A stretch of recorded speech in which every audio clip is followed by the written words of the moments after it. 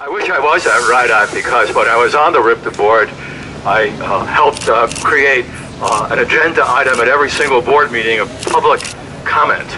And they still have that, even though I haven't been a member for a long time now. So I'm going to actually give you a chance to have some input. Thanks to the great site Uprise RI, it's being recorded, so you have a chance to send a message. So, do you think that there should be at least one public hearing and public workshops before a major change in the transit system is implemented?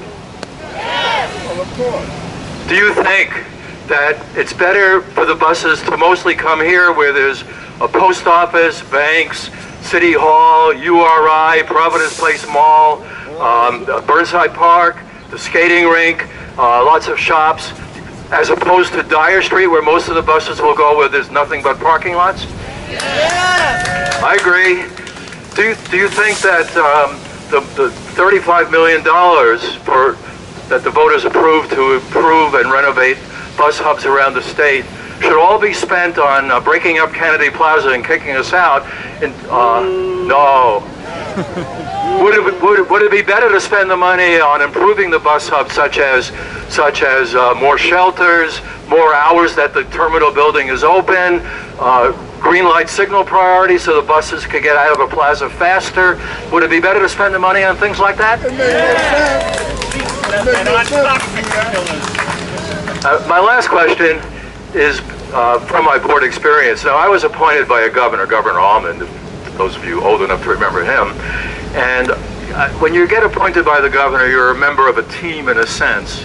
But do you think the people appointed by the governor on the current RIPTA board, and the people who work at RIPTA depend on the governor for their budget, I suppose, do you think they have an obligation not just to automatically follow like zombies what the governor says, or do they have an obligation, do you agree they have an obligation to defend the agency and its riders and let the governor and her staff know that this is a bad idea even though they were appointed?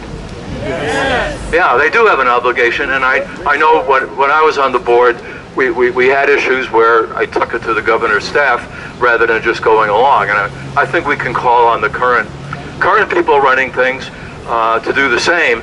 And that goes for RIDOT too. The director of RIDOT is appointed by the governor, but I believe he too has an obligation to tell the governor that this plan, inspired by Joe Palino and downtown property owners, is bad for transportation, bad for the transit system, and bad for the people. Thank you.